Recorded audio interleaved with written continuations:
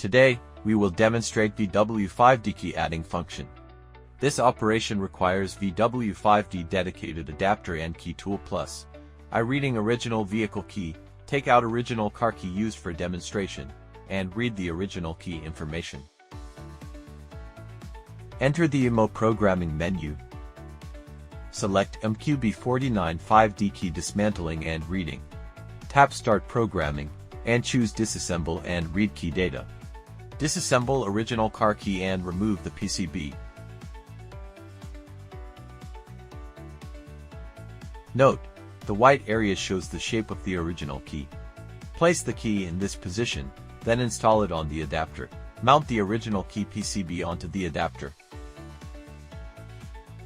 Connect the adapter to Key Tool Plus. Tap Read. After original key information is read successfully, click OK to start verifying the original key code. Remove the original key from the adapter, then place it into the device coil. Tap OK. Crypto key verify success. You can now proceed to generate dealer key. 2. Generating a dealer key. Method 1. Generate using original fakery key. Click OK. Load the previously read key file. Mount the original key onto the adapter. After confirming that the adapter and chip are securely connected, tap Continue to start the operation. Write successful. Method 2. Generate using the VDI dedicated key. Tap the VDI key option. Click OK. Start loading the previously read key file. Locate the corresponding key file and open it. Place VDI key into the device coil.